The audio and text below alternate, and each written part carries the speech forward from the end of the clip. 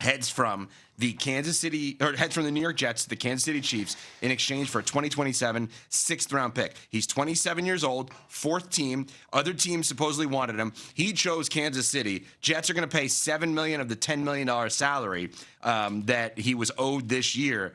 And now he goes to Kansas City. How is he going to fit? Mina Kimes, ESPN NFL analyst on NFL Live, had this comp for potentially Justin Fields in Kansas City. This is an opportunity for him to actually, and I know we're a broken record on this, pursue the Sam Darnold path. And maybe it won't pan out, but when I think about Sam Darnold, yes, we think about Minnesota. But to me, the year he spent in San Francisco before he got to the Vikings, between the Panthers and the Vikings, that is what Justin Fields can look at this as. Adam made a great point about how he'll get a lot of work this offseason with Mahomes' injury. This is an opportunity for him to not only learn under the best, and of course Andy Reid, but also rebuild his value as a quarterback. I love it for both sides. Yeah, I just want to say that I am so impressed by Justin Fields here. I think this is one of the best decisions he's ever made in his entire professional career. Choosing to go to Kansas City, I think, is brilliant. Attach yourself to Bieniemy, attach yourself to Reid, attach yourself to Mahomes, learn everything you possibly can. I'm not ready to go to Sam Darnold, though. No.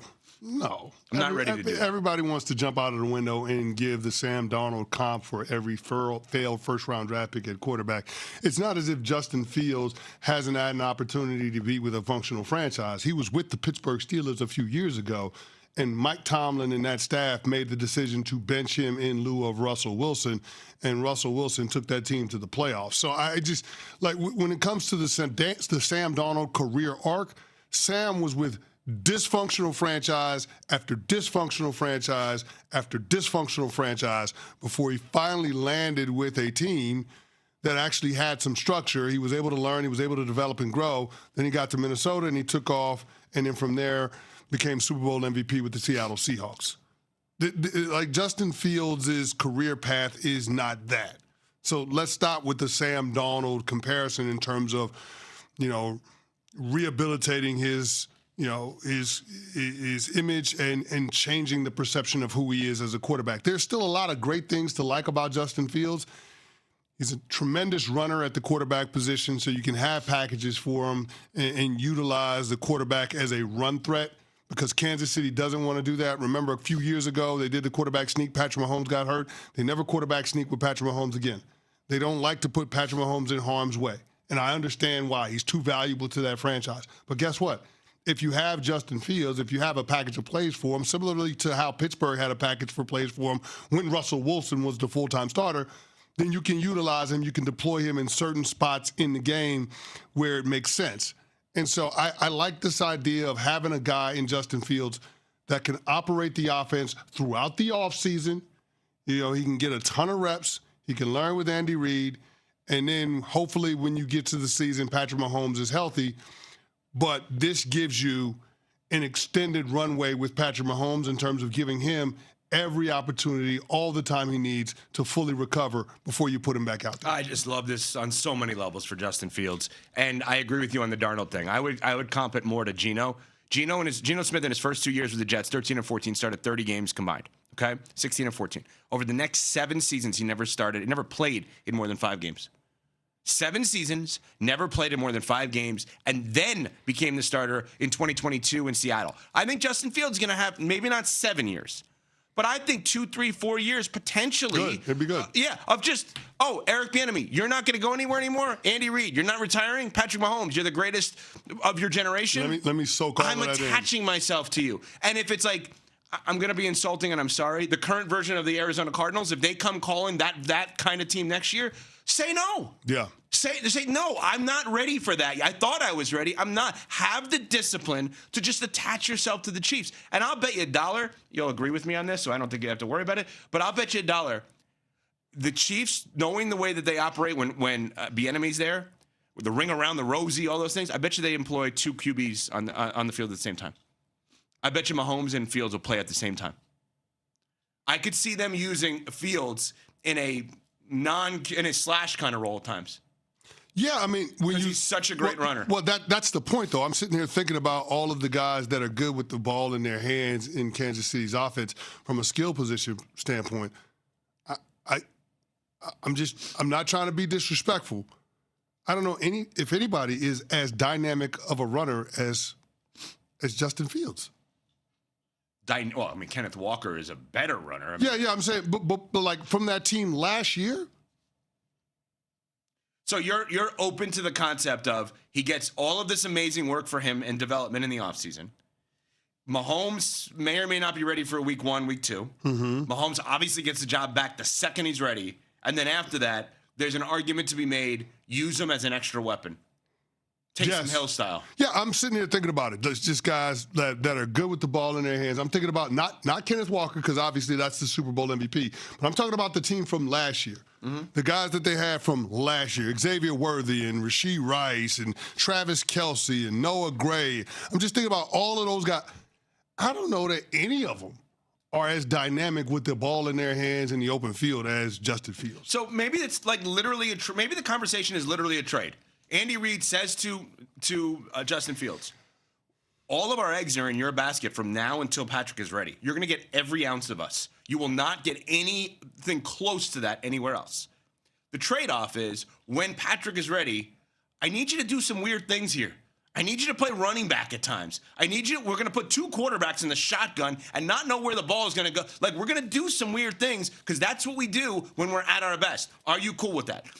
And I think what he probably said is, do whatever the heck you want to do with me. Once you give me these 3, 4, 5 months of Kansas City Chiefs training, this is such a good move by Fields. Yeah. Such a good move by Fields. This is like going to get your master's in football. Correct. And he's doing it. And oh, by the way, Woody Johnson said he couldn't throw. Andy Reid traded for him. Here's Cece with information on the tournament challenge. I mean, I'm just saying. Tells you everything.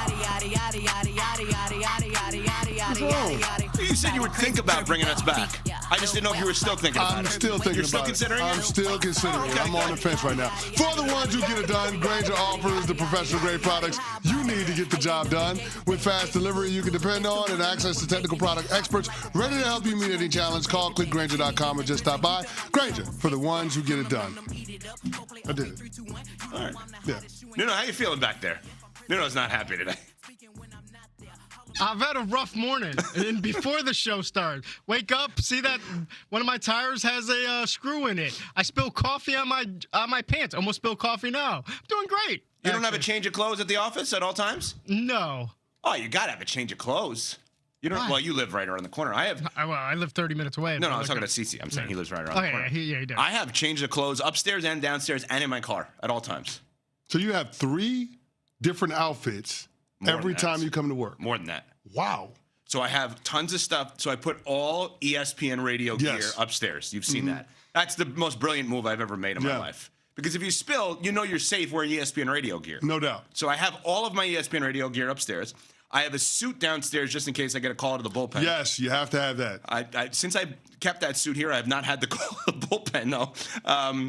Not in this building, but when we were at the Seaport, you absolutely did. Yeah. And then I always keep a bag in my car of change of clothes just in case. Evan Cohen getting to his bag. Yeah, nothing nefarious. I feel like people are thinking things. Like I've heard about people keeping blankets in their car. I'm like, what is that for? Well, no, the blanket they tell you to do that in the winter. Yeah, you better have a blanket in your car. Really? Yeah, if something happens or you get a flat tire or something, you got to wait for roadside assistance, you probably need to have a blanket. Oh, then I got to put a blanket in my car. You're not going to have your car running for hours on end if it takes that long to get to you. So, yeah, you better have a blanket. All right. I have a small roll-up mattress in my trunk. Just in case. Yeah. I don't know. That's kind of creepy, actually. I have it just in case. You never know, Canty. A roll-up mattress? I drive a lot of places and play a lot of golf, so you never know when your car breaks down and you need to sleep on the highway. When you say a roll-up mat, you mean like an air mattress? Well, no, it's just like a little piece of mattress, kind of. I don't know how to explain it. A piece of mattress? Yeah, it's like a half of a mattress, but it's pretty tiny. What kind of? Hold on. First of all, what kind of car do you drive, Pat? It looks like a cop car, like a big SUV cop car, kind of. It's an SUV, you said? Yeah. Okay.